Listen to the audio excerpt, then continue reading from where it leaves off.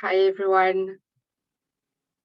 Hello, welcome to this session.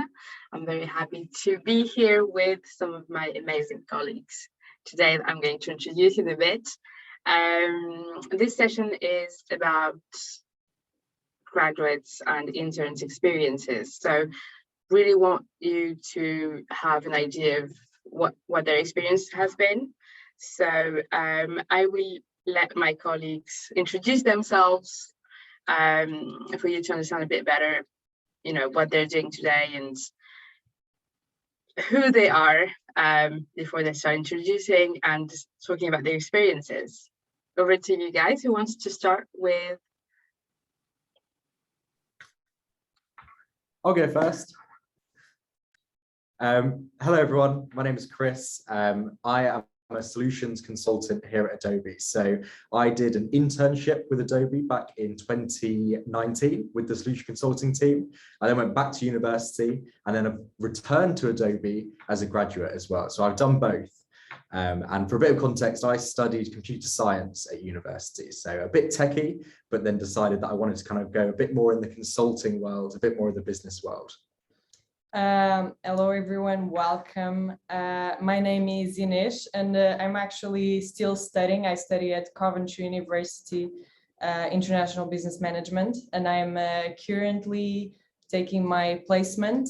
I study, I work within international business strategy, and I'm really happy to be here for 12 months.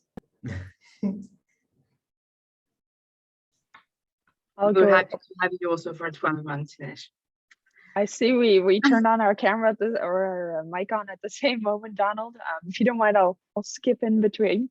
So I'm Ranilda. I'm working as a renewal sales specialist for Adobe for the Belgian and Luxembourg market. I was also hired as a graduate, so I graduated last year. Partially, I did a double degree with the Newcastle University that some of you might be familiar with. Hi, thanks. Hi, my name's Donald. So I graduated from the University of Hull in 2020. I studied supply chain management and marketing, and I'm currently in business strategy for the consumer and business side. And I wasn't an Adobe intern. I was an intern at Intel Corporation, which is like a semiconductor technology company. So yeah, I might have come in a different process to Christopher and Inês. So yeah, that's me in a nutshell. Thank you guys, welcome again. We'll just kick off with a quick poll, Izzy, if you may. We'd actually love to hear what attracts you to work at Adobe, and just about this, I'll actually be starting. I'm actually interested to hear from our panelists today. How did they join Adobe actually? And guys, how did your recruitment process go when you first applied and before you joined? I can take the bat on this one. So my recruitment process started at the end of last year. And I was working at the time, so I graduated last summer and I started working in the south of France for a boating company. And one day I saw a little message from Malek over here, and she was really curious, and I was of course very curious about Adobe as well. We started talking, and honestly, my recruitment process was super smooth. It's unlike any other company that I've at least interviewed for. I was working at the time, so I didn't have a lot of time to schedule these interviews. So within 7 to 8 days from my first interview to my final offer. So it took a week and then it was all done and all set up and good to go. So amazing experience. Okay, I can go next. My recruitment process was honestly really enjoyable. I applied through LinkedIn, and one day a lovely woman called Sunalda called me. She kind of interviewed me more personally in terms of my motivations and why I wanted to join. So the recruitment process didn't involve any assessment centers. It was based on interviews, and it was very fast. Within, I guess everything happened within like 1 week, 2 weeks. And honestly, it was very enjoyable because my manager, Sanalda, they were really vibrant and super optimistic. So yeah, I wasn't nervous at all. I can say that I wasn't nervous at all. Yeah, I guess I can go next. So I sort of had two very different recruitment processes. So to start off with, coming into my internship, I think I found the job online, or the internship, I applied for it, sort of seemed like something I'd like to do. And I came in for kind of a bit of an assessment day, kind of group interview kind of situation. And it was super fun. Everyone I met was like super friendly, very happy to answer any questions. And well, ultimately ended up having a quick meeting with a couple of who would be soon to be my managers, and then got offered the internship. And I think for me as well, that process of coming into the office, which obviously was much easier back then, and meeting the people I was going to work with, that went a very long way to me actually, choosing to accept the offer, because meeting the people was just amazing. And transitioning from an intern into a grad, for me, that recruitment process was quite, I would say, informal. So a lot of it was just me keeping an open communication with my management as I went back to university, keeping that connection, keeping talking about what I wanted to do and what I wanted to get out of Adobe. And that obviously ended up resulting in me getting a grad role as well. So yeah, two very different processes for me. Yeah, my process was different to yours, Christopher. So I applied around October time last year, and it was still pandemic and we're still in lockdown. So I had to do I had two phone interviews, and then I got put through to a small assessment centers where I had another two more interviews, and then like a panel presentation which I had to prepare for. So yeah, it went swimmingly, and like most people here, within a week, I think I called them up, applied on LinkedIn. It was like one of those easy applies. Like I wasn't really sure if I was going to get it, so I just sent it off. I was just like, you know what, I might as well send it off. And then within Tuesday, I got a call, got through to the assessment center on Thursday, and then I got the job by Friday. So it was one of the quickest application process I've ever been through. So yeah, that was my that's how I got recruited into Adobe. And we're very happy to have you all here. I'm actually wondering if you have any tips during this process to share with anyone who joined us today. If let's say you had like one top tip for everyone, which would it be?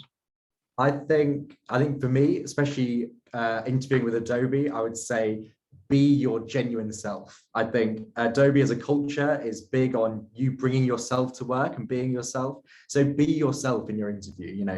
You is what makes you unique. So, show that in the interview, be yourself, be your true self. Yeah, I was just about to say that. Be genuine, but of course, the preparation process is very important. So make sure you relate with the company mission, because after all, you will be contributing with your time, with your knowledge to it. So make sure it's what you want and what you believe in.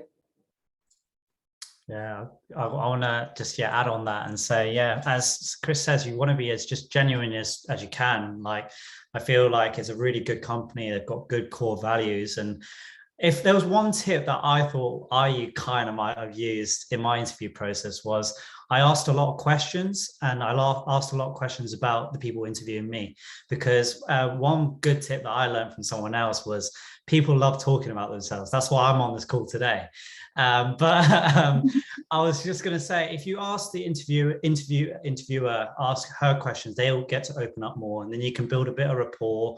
You get to understand a bit about the job, and then you'll be more known as well. So just stay engaged, and yes, just ask questions and get to know the company. Yeah, if I could just add on to that, I was definitely also thinking about the questions, and I really, super aligned with also be genuine. But what I always, for me, being, super Nordic, I like to be prepared and on time for everything. Of course, be on time.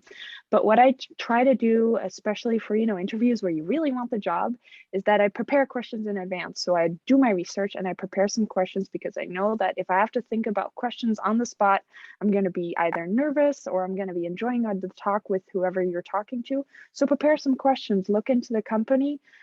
Question that I always ask, how do you feel working for Adobe? What do you see as what's the company culture for you personally?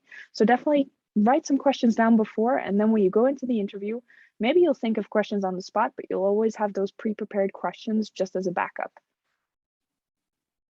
Yeah, these are great tips. So let's sum up.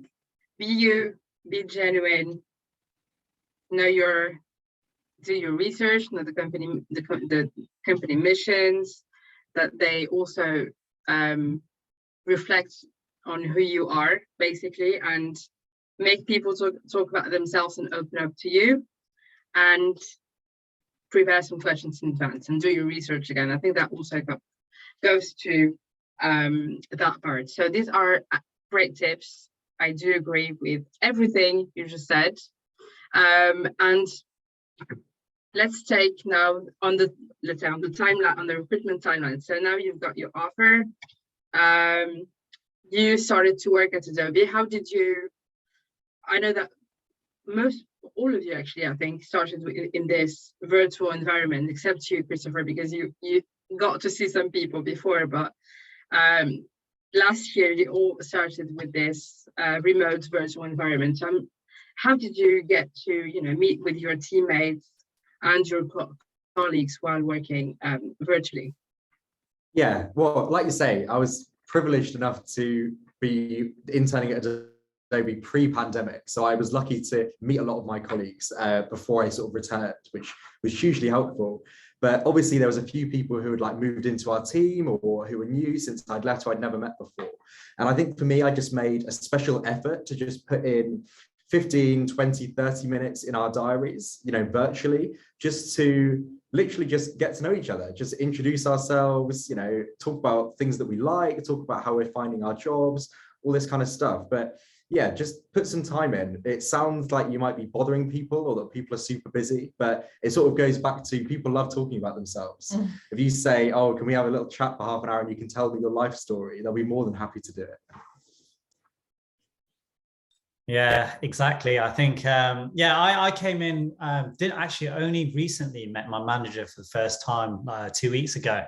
So it's been 10 months where I've been working from home and hadn't met anyone. And it's been crazy to think that I feel like I know some of these people already, like especially some of the other grads. We organized some calls like every bi-weekly where we'd just sit and talk about non-work things just to get to know one another. But then also when I first joined, I also set, as Christopher said, just a few 15-minute meetings, getting to know the team. And then when you finally meet them in person, it's crazy. Like my intern, she is 5'11". I didn't realize that. And I'm quite a short guy.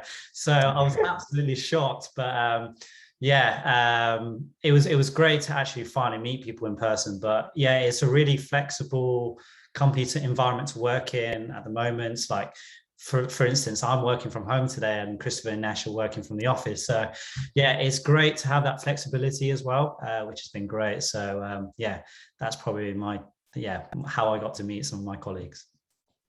Yeah, I mean, I think we all pretty much had a similar experience. Same for me. I was fully onboarded online.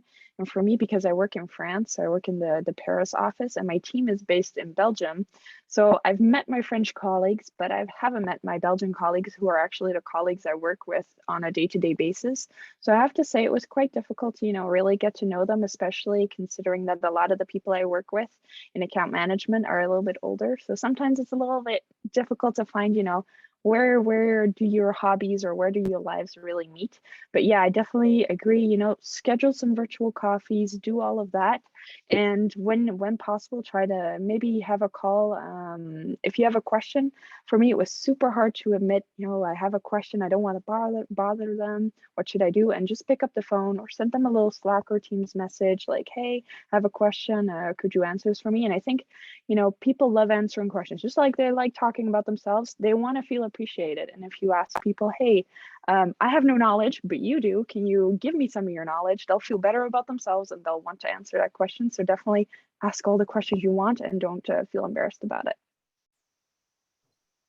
Yeah, like Rail was saying, just jump on team calls. Get those daily team calls. Engage with your team. Don't be afraid to ask because we are just starting. My placement started fully online as well, and I kind of struggled because it doesn't even seem that you're working. It's just you are in your computer doing some work, but it doesn't seem reality. But jump on those meeting calls, prepare some fun activities to do with your team. Icebreakers are a must, and like just engage.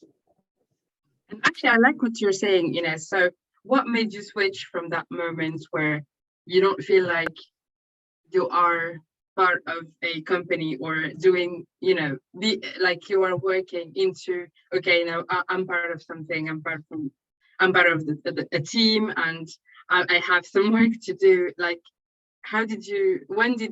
when or how did you do this kind of switch in your mind? Mostly talking with my family and friends saying, I'm working for Adobe. And suddenly I'm like, yeah, I'm working for Adobe. Also coming into the office helped a lot.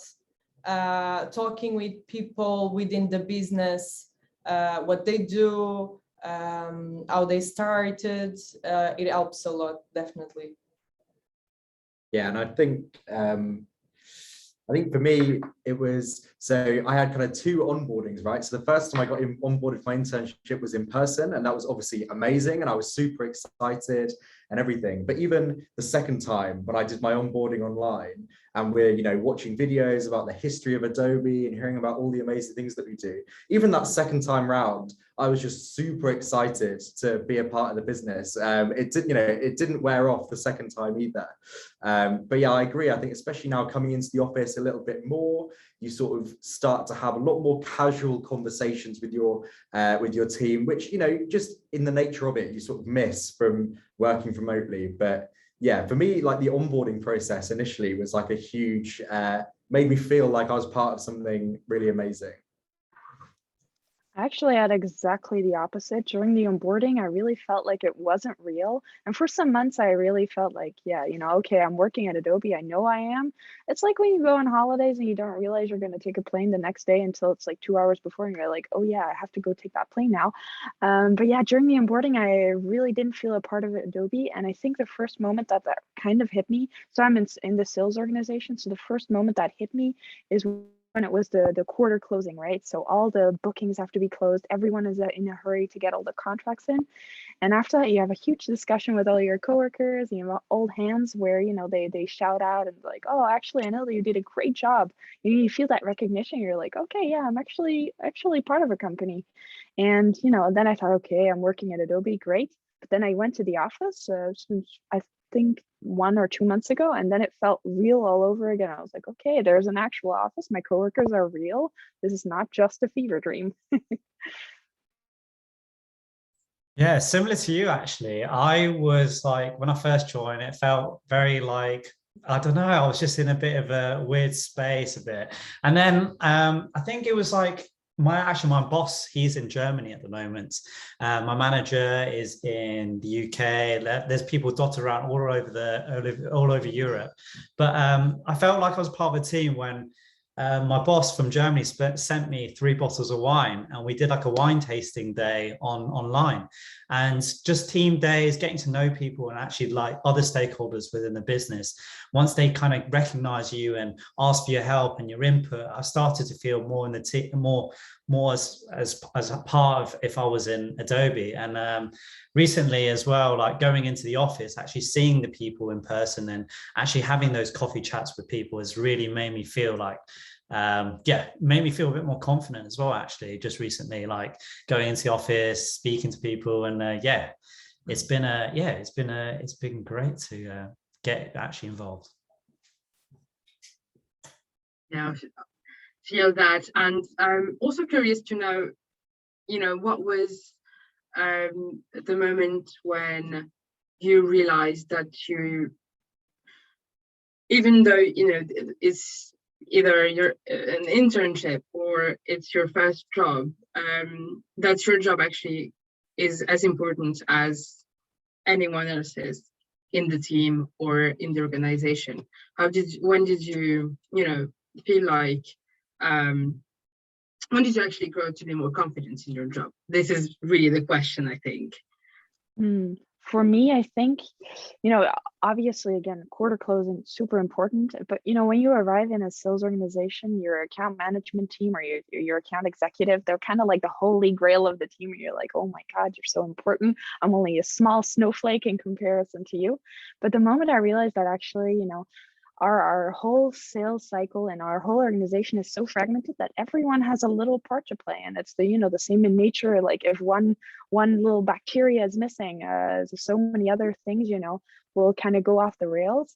And as well, I really appreciated that. I think it kind of links back to what I said before, is when people start asking questions. So when I got assigned to be a buddy of someone else who joined after me, or when an AE is actually asking me questions, they're asking me questions like, hey, I have this contract, do you know how I can merge them, or anything like that. And I think, okay, I haven't been here a year yet, but you're asking me questions, so my job must mean something.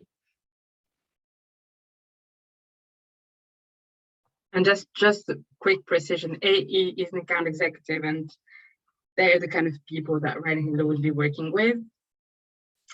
Okay, this is just a precision for people. Yeah, Malak, I was thinking when I thought my job was important was actually same with Rahil. I can't pronounce your name, sorry, I keep getting it wrong. It was the end of yeah, no, sorry. It was coming to the end of Q2. So we have our quarterly business review. It's called QBR. And I've been looking at the UK strategy, and my counterparts on my team, they look after Russia, one looks after France, one other guy looks after Germany.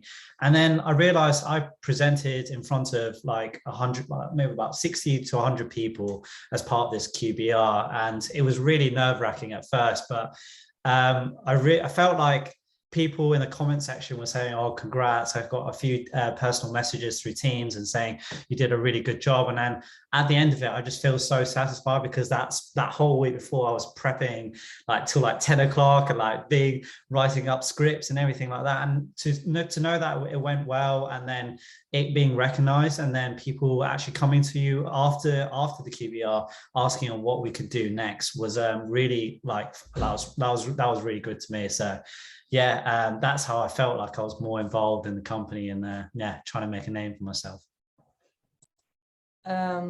For me, so I'm participating in this project in which we need to give financial recommendations, and I understood that my role is actually important when my manager says you're actually going to give like a recommendation. If you say to the business, I think we should pursue, let's say, Israel, then money will be allocated in Israel, which is crazy, because in the beginning everything seemed really scary. You don't actually know yourself and your capabilities. Only when you start doing stuff, you start knowing more and more of yourself. And one thing that scared me in the beginning as well was English isn't my first language, So I struggled a bit in terms of, oh, I think I'm not good enough for this. Oh, I think they chose the wrong person. But in the end makes sense. And yeah, that's how I found. And also like the people here are always complimenting you, empowering you. So my team is always like, yeah, well done, good job. So yeah, that was all. Yeah, and I think for me, being a solutions consultant, like the job kind of requires you to be a bit of a technical product expert, which of course, when I joined Adobe from being a graduate, I was not by any means a product expert. So I spent kind of the first 2 or 3 months of my job kind of learning and trying to become an expert in the products that I work with. And I think that sort of all came to a head when, I had my first few customer meetings, and it was just sort of, I was the expert on the call, and customers would be asking me questions, and I would know the answers to them, and I'd be able to articulate and explain what we needed to talk about with the customers. And I think, when that started to happen, when I started to feel comfortable having those conversations, I sort of realized that, I can do this, I do fit into this process, and I can, well, actually, I wouldn't even now call myself an expert because there's always so much more to learn. But yeah, it was once I started kind of being comfortable in those meetings in front of customers, just as an expert in the room, that was when it sort of really started to click for me. That sounds great. So basically, everybody had this kind of imposter syndrome when we started, actually, because I'm definitely part of it as well. And just with time and with the teamwork gets better. Let's just sum it up like that. Also curious to know, how did you manage actually your work, and your personal time when you started? Was it difficult to kind of balance both aspects for you guys, especially, I guess, in this kind of remote environment? Yeah, exactly. I think it is difficult. I think everyone finds it difficult. And I think especially given, having to work from home, a lot of people who maybe haven't worked from home before, it is very hard. And I think for me, one of the things that I did was I don't want to be too hard on myself, like, especially if I'm working from home and like, I don't know, I need to, just go and have a coffee and just have a break and whatever, like, allow yourself that, because ultimately you'll be more productive for it. And even just making sure that you've got time in your diary to just focus on work if you've got loads of meetings and all this kind of stuff. But I don't think anyone's got it figured out. And if they tell you that they have, then please send them my way, because I'd love to hear it. But no, it is difficult, but it's just be easy on yourself would be my tip. That's a great tip, actually. I was going to say, yeah, be easy on yourself. Maybe I'm a bit too easy on myself all the time, but yeah, I've been trying to get better at it as well. I've been trying to block out my calendar with like things I need to get done in the day. It's a good way of like actually making sure, I need to get this done by today, by this time.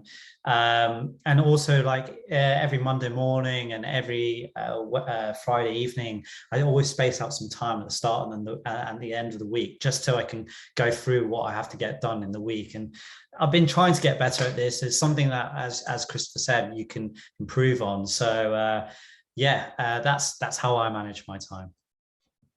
Yeah, if I just add on top of that, and especially linking back to Christopher, I would say be easy on yourself, but in the same sense, be a little bit harder on other people. Not saying, that you should be hard on them in general, but what I mean by that is that for me, I really set strict boundaries. I told them in the beginning, I said after 6:30, I am not available. You will not be able to reach me. If anyone sends me a meeting invite before 9 a.m., I will not accept it. I won't be there.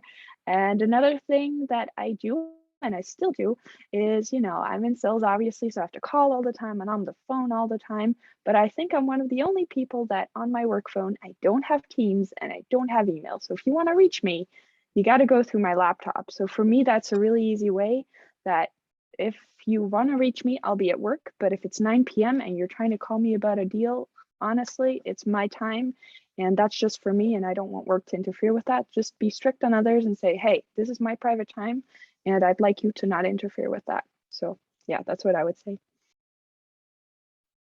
Yeah, talking about it, I just remembered that I have a 8 a.m. meeting next week. No, Ines. It does and say no. Yeah, I just gotta to decline it.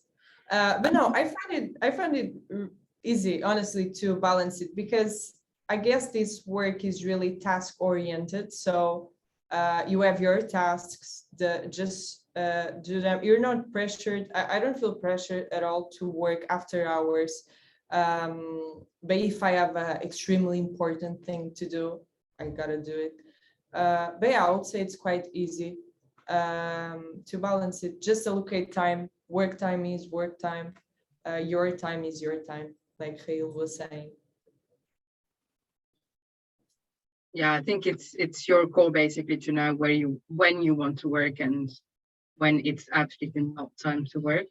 Let's do maybe the second poll right now. I'd like to just at the same time ask you guys another question, especially to know how does maybe even still today this experience that you're having, how is it giving you more knowledge or more insights into what kind of positions can be working together in a company such as Adobe? Did you have the possibility to get to know other positions, not only yours, but what other teams do as well?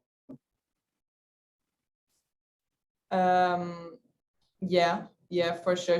Especially at the office, when you can talk with everyone, you get so many insights on what they do, how they do it. For example, I enjoy sales. So I sit with the salespeople and I'm able to hear their calls sometimes. And it's very interesting. And I think that's how you learn and how you get insights is by talking with other people within the business. Yeah, and I think, I sort of interpreted this question in a slightly different way, because I think working in solution consulting, we hear in very granular detail some of the challenges that other businesses are having, right? And Adobe, we're very lucky to work with some of the biggest and best brands and companies in the world. And one that really stood out to me as being quite funny was I was having a conversation with a big luxury car brand. And one of their challenges was when people bought their cars, they wouldn't put down their own email address. They put down the email address of their assistant or their driver or their butler. So when they wanted to invite them to nice swanky events, they would never get the emails.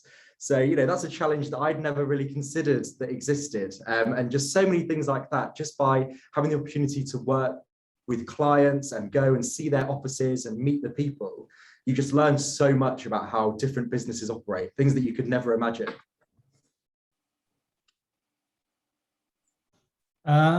Yeah, I think, well, I did the placement year with a different company. So I worked for Intel for a year. So I was always interested in business, but one thing I really enjoyed on my placement year, although we talk about a different company, I enjoyed technology and something that I wanted to pursue. And I wasn't sure because I was on a supply chain management course. And I kind of in my final year decided to change it up and add marketing into it. So I knew I wanted to pursue a bit of marketing, and similar to Ines, I've been working in strategy. You get to speak to a lot of people. That's what my job entails. I speak to a lot of people in marketing, people that do website changes, all over. We have different stakeholders, and I've started to, as Ines says, get close to the marketing department because I do enjoy what they're doing, a lot of fun stuff. But I feel like I'm getting to know a bit more about the business, understand how a software company works, and something that I hadn't learned at a semiconductor chip company. So yeah, definitely, you just as Ines is, just you get experience on the job. Right. So what I see here, is basically two kind of parts. You have the knowledge part And then how do you find out more about different jobs? And I think especially, as an intern and a grad, sometimes you're not quite sure yet what you want. For me, I have more a background in like marketing and business management, like Inish. But I kind of rolled into sales and really enjoyed it. And I've always, in my previous companies and now at Adobe too, made friends with IT because it's just like Donald also said, I'm super interested in the more technical side. So right now there's a lot of initiatives at Adobe where you can learn more. So right now I'm taking a course on more programming languages so I can maybe, talk to my friends in IT, go down with the elevator and say, hey, I have a question regarding this and this. How can you help me with this? And in my job itself, my manager very early on was asking me, what are you interested? What are you interested in? What's your future plan? And if you need any, assignments that will overlap you with a different sector, ask me. You can just ask anyone and no one will get mad at you for asking something that you're actually interested in, because I think that's what Adobe is all about, right? Personal growth and growth with the company. Yeah, this is also really good. And does this make you want to stay at Adobe for a long time? What have you ever thought about this? For me, I'm not saying this because I work here, but honestly, the culture is amazing. The people are amazing. They're just they like to see you succeed. They raise their hands for new projects. They are very keen to learn and to make you learn. And it's Adobe. It's a company that is growing and it's growing fast. So the prospects are amazing, are massive. The opportunities here. So I really like what I'm doing. I really like the company, the people. So we will see. Yeah, I mean, I guess I've already done my internship and come back, so I'm already back. But I've got, no plans of moving on anytime soon. I have conversations with people I went to university with, my friends, my family who are at a similar stage to me in their careers. And, to be quite frank, I've got a pretty sweet deal, right? We talk about things like work-life balance. We talk about the kind of benefits that we get, the kind of work that we get to do on a daily basis. And, it's above everything that we talk about. I think I've got a pretty sweet deal. So there's no chance of me going anywhere at the moment. No. Yeah, similar to Chris, I think I've got a sweet deal as well. Like being able to be like right now, I'm working from home. I'm able to go into the office whenever. Yeah, and I've recently just signed my permanent contract in October, so I feel like I'm going to be staying here for a while. And I really enjoy, I wake up every day and I'm not I'm just always happy. I'm got a bit of imposter syndrome still a year on. So yeah, no, I feel like I'll be working here for quite a while. I want to just get better, develop myself, get into a better person as well. And I feel like Adobe has the facilities and learning funds and things we'll probably go through in a bit later on that might help my career develop. And yeah, just hopefully going to stay here for a while. Yeah, totally couldn't agree with this more. I mean, I also get what Inish is saying, how, okay, we're talking about Adobe, it's very great because we work here, but it's kind of, it's not just like that. It's not just like, a mother has to call their child beautiful, even if they aren't. It's really, honestly, it's very enjoyable. I feel like within Adobe, it's such a big company, but I feel like it kind of has that startup culture. We're growing super fast, but also everyone's super open and welcoming. It's not like you're a number.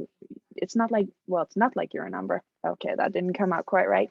But yeah, you're really one part of a team and everyone really appreciates you. You're super welcomed from the first day you walk in, or I guess log in on your computer. So I don't see myself leaving anytime soon. And again, like Donald also said, there's so many opportunities to grow. So even if you want to get out of your current role, so let's say I would ever want to go into another role, there's nothing that's impossible, I would say. So there's that, I think I'll be sticking around for a while. That's great to hear. And just before we actually go with the last questions that I have for you guys, I'm interested to see what the participants would think with the third poll that we're launching, just to understand what is most important to them in their job search. And while everybody answers, I'm actually interested for you guys to understand what kind of benefits did you find at Adobe? What kind of what would you say would be the benefits of working at Adobe, whether it's in terms of work-life balance or any other benefits that you are benefiting from? Yeah, so like obviously the flexibility of working from home is an absolute savior. Like this, for the past 11 months or so, I've been living at home. Unfortunately, I'm getting kicked out soon. Well, I want to get kicked out, but I'm moving to London soon, getting closer to work. And this whole time I've been able to save some money. Also, yeah, they've had so many benefits. Like we get a work from home fund. So when I first joined, they gave me, I think it was like $500 or something like that to spend on my desk. So got my desk, my monitor, new keypad, everything. And yeah, I was like, oh my God, that's great enough. And then found out I got a wellness fund, which was basically anything related to your health. So if you wanted to get trainers, or if you wanted to go buy a gym membership, or just anything, even like a massage, you can get that included. You can get a sports massage, and anything up to yeah, like anything up to, I was like £460 or something a year.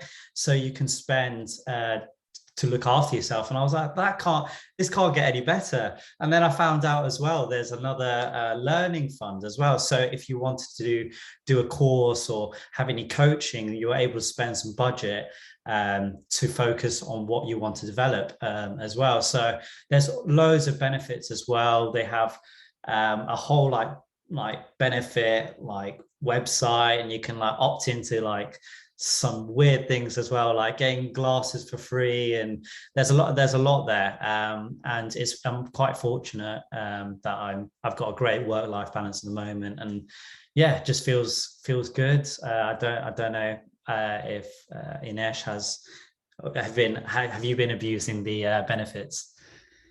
Abusing is probably not the right word, but benefiting. I bought a ukulele and a gym membership so far. But yeah, where to start? So the benefit, the funds, this amazing office and the center of London, amazing people, amazing days off. So we have this thing every 3 weeks. We have a Friday off, the global day off. I think tomorrow will be the last one.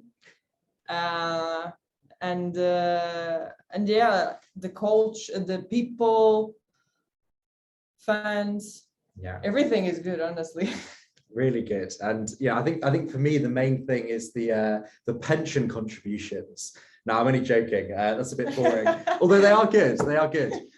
No, I think for me I wouldn't include myself in this statement, but Adobe hires just the most exceptional people. I would say the most intelligent, the most amazing people I've met in my career have been since I've been working at Adobe. And it's a huge benefit just to be able to learn from those people, to have those people as your mentors. It's been amazing. And again, not including myself, but including everyone else on this call, Adobe it hires some exceptional people, and to have the opportunity to learn with them is a huge benefit. Well, you're quite exceptional yourself, I think, Christopher. That's what we all want to say. But yeah, no, I completely agree. It's like an all-rounder. It's great compensation, great work-life balance. And it's not, people, even though I set direct boundaries straight from the beginning, people aren't bothering me at 9 p.m., even if I wouldn't have set those boundaries. But yeah, it's just overall really great. And what I also really appreciate is from the funds that Donald mentioned, is that, at some companies, they'll pull you in and say, okay, we have great funds and this available. But once you actually start, people aren't really using these funds, or it's kind of like looked down upon. And within my first weeks and months, and still in some meetings, my managers, my team is like, oh yeah, have you used this and this fund yet? People are really proactive about it, and management is not, forcing you to use it, but they're pushing like, oh yeah, you should really use this, or have you bought anything with your wellness fund, or what are you doing for your professional development? So it's something, you can spend that money. It's not something that they just usually use it to pull you in, I would say. Great benefits. I know a few more, but let's keep some things hidden until people actually join Adobe before we just talk about everything. All right, so thanks everyone. We just have a few questions actually from attendees. I'll just kick in with the first one. So Manya wants to know, how was your experience settling in once you started working at Adobe, and were you expected to know a lot of things about the job beforehand? I can, at least from a sales perspective, go talk about that. Basically, my onboarding lasted over a month. They did not expect me to know anything because a lot of things are quite technical. And I really appreciated that, they didn't ask me to read anything beforehand because I was working also beforehand. So I would have said no anyway. But, on my day one, we started easy with a nice onboarding with Malek as well. And, from there we went on. We had some technical trainings, but I think my total onboarding was between 1 and 1.5 months, and I'm still learning every day. But definitely, within that first 1.5 months, nothing was expected of me as in terms of, reaching out to clients, doing my actual job. So that was really great.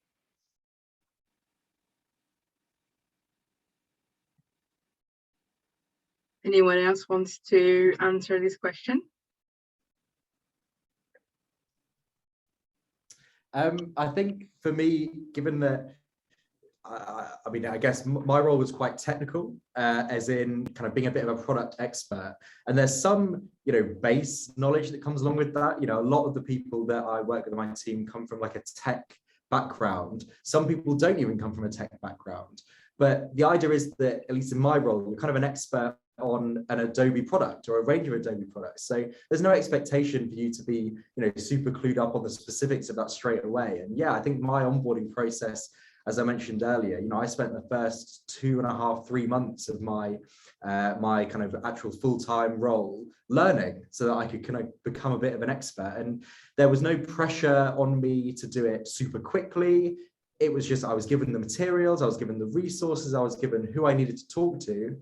And I let my manager know once I was comfortable to start talking to customers. It wasn't the other way around. So yeah, it was awesome. It was so easy to kind of onboard and get skilled up.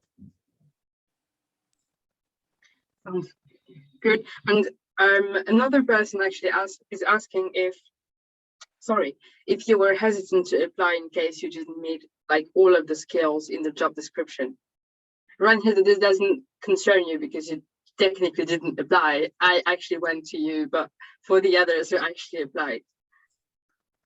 Yeah, I think I kind of spoke about it earlier where I was going on about I was a supply chain management.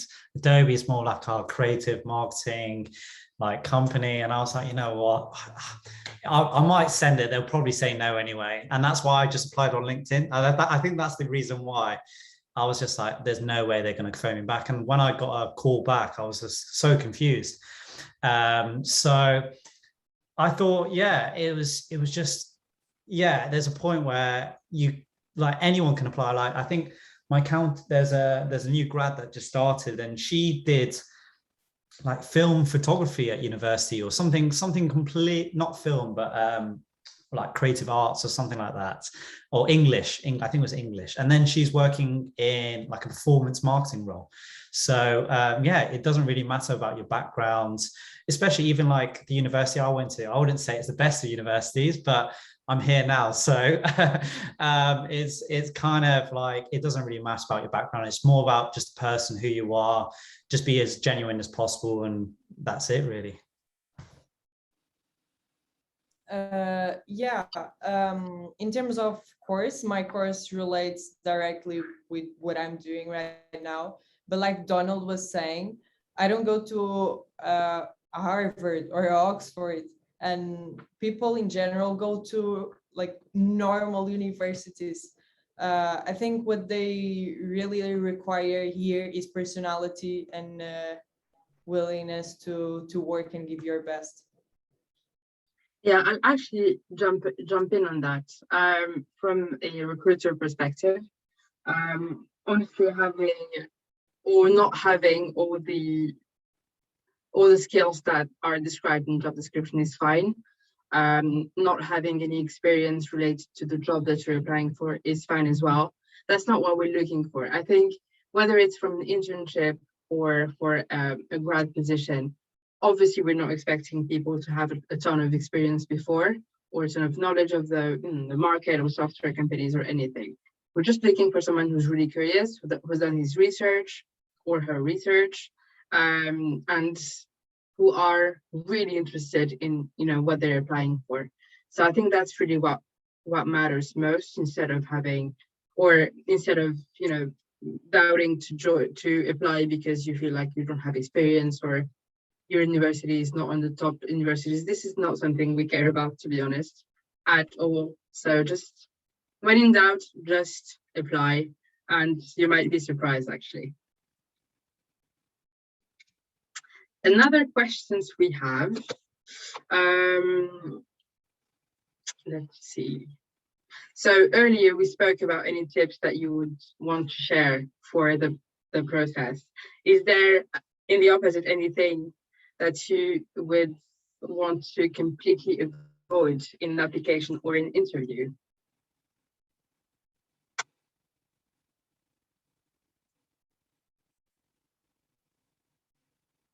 Can you repeat again, Malik, please? Yeah. So earlier we spoke about the best tips to have, the best things to do in the process, in an interview process or an application. Is there anything that you should avoid in an interview or in an application? Don't come late to the interview. That's a good one. All the time. Or if you do, warn people before. Send a message. Yeah. And know the job and the company, like the basics. Yeah, I would say this is a bit of a cop-out answer, but don't undersell yourself. You know, there's no point being humble. I mean, obviously be humble, but there's no point being too humble about your achievements, about the things you've done, because at the end of the day, you're there to communicate how great you are to someone, and you might only have half an hour or an hour or a couple of hours to communicate that to someone else. So, don't be shy about the amazing things that you've done, or, the amazing societies that you're part of at university, or the amazing projects you've done. Don't be shy about it, because that's what you're there to do. But don't be cocky. It's a balancing. I was just about to actually. Yeah, I was just about to add on to that as well. Don't undersell yourself, but also don't take this the wrong way, but don't oversell yourself. Nowadays you have so many things where you put things on your CV that you say, okay, I'm very experienced with Adobe Creative Cloud, and in reality you've looked at the program once. Just be honest about that. I feel like when you're in an interview and someone asks you, oh, hey, I saw that you put this and this on your CV, can you talk to me about that? And then if you're being honest, it's better than lying until you don't make it anymore, because then you get the job and then you find out that actually the skill that you said you had, you don't have, and then you're not going to have a great onboarding. So it kind of connects back, I guess, to what we said in the beginning. Be genuine, be yourself. It's okay not to know everything, and it's okay to admit that. Yeah, I'll actually add something to that, because sometimes when in interviews, when you're being asked a question, don't try to answer if you don't know the answer. As Brent has said, it's fine if you don't know, just say I don't know. It's okay, nobody's going to judge you on that. And honestly, we'd rather have someone say I don't know than having giving an answer during 5 minutes just to say basically nothing. So just say I don't know, that's fine. That's really, really fine. Yeah, and I agree with everything that's been said before. Is there anything to add maybe on this question, because I think that's an interesting one. Yeah, I was just going to say, don't be mute, and just try to stay involved in the conversation. I think sometimes if you're in an interview and there's like a lot of people there, if it is like one of those group ones, it's kind of like whoever shouts the most usually gets heard, like that's how it is, kind of thing. So just try to make sure you're involved, and as just be as genuine as you can, because I felt like I was just being myself on the day. Literally, I think I was so hyper that day. I had like 3 energy drinks and I was buzzing. So I was just maybe overselling myself a bit too much. But yeah, also talk about your achievements, and just it's your time to shine, and kind of just sell yourself, because that's the only time you'll get. So just make sure you're just being honest and genuine, and hopefully if the core values match, I feel like Adobe will like hire you. So yeah.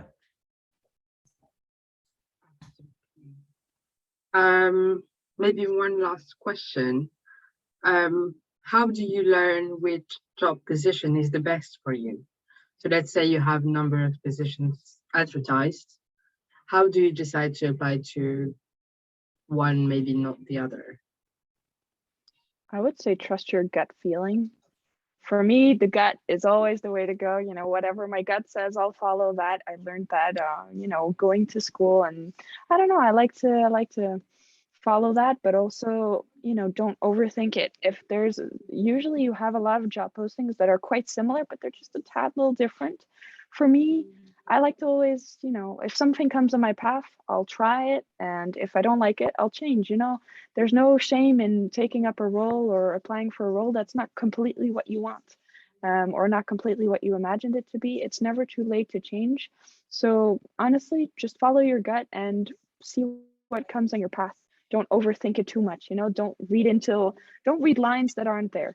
That's basically what I'm trying to say. Yeah, I feel like I've got quite a bit to add on here, because obviously when I joined, I actually, the role I went for was a digital sales analyst. I was like, oh my God, that's a mouthful. I'm going to be selling, I'm going to be doing analyst stuff. And then it got to it, and the 5 of us, we all had the five grads that joined the same time as me. We all had the same title, but we were all working on different things. Like I was working on UK strategy and strategy around Europe, while my counterparts, one was working on Acrobat, which is one of our products. Another girl, she was working on engagement retention. Another one was working on performance marketing, I think, or performance something. And 2 of them were working on that, and we all had the same title, but had completely different jobs. So like as behind us, I can't say that. I can't pronounce. And that's what I need to get better at. It's just, yeah, don't feel like, oh, I don't have the right qualities to apply for this. This is not what they're looking for, because you might get to it and you might not be suitable for that role, but then the talent team will go, oh, we've got another opportunity here. We might forward you on to this person, and you could try out here. And there are other, I think I've spoken to some other people, and they've said, oh, I got through to the stage and they thought I was better for the role. So yeah, there's always possibilities. And my sister's in like probably the same year as like the people on this, the people participants here, and she's in her 2nd year, and she's looking at just HR. And I'm just saying to her, like, look for other things as well. Just make sure you're just applying, because they might like you. The company will just turn you down if they don't like you. So just apply. It doesn't really matter. Well, it does matter, but yeah, just apply, I guess. I think for me, kind of specifically around internships as well, you know, an internship is a fixed term kind of thing, right? It's either a year or it's a few months or whatever.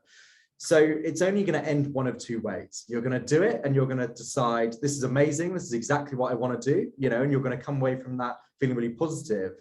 But the only other alternative is that maybe you don't enjoy it so much, you don't enjoy some aspects of it, but it's still a positive, because you come away from it at the end of that year, those few months, and you've learned, what is it about that role that I really enjoyed? What is it about that role that I didn't enjoy so much? So when you're looking for your grad role or for another internship or for your next thing, you can take that experience with you. If you really enjoyed a certain aspect of a role but didn't enjoy another aspect, that's learning for you to take away and make sure that you enjoy your next role even more. So take a risk, don't just go for something safe, apply for lots of different things, because it's a year or it's a few months, and you're either going to love it or you're going to learn about what you enjoy. And they're both positives. Yeah, definitely. Absolutely agree. I think it's time for us actually to wrap up. We've made it to an hour, guys, and it was super interesting to hear your experiences and to hear your point of views on so many topics. So again, thank you so much for joining today. And for the participants here, thanks again for joining as well. And I hope you enjoyed our sessions as much as I did. And yeah, and hopefully we will be seeing you soon in the processes, and we'll be calling you and maybe having you within Adobe in a few months. So have a great day, everyone, and thanks again for being here. Thank you. Thank you. Good luck with Thank you. application. Thank you. Good luck.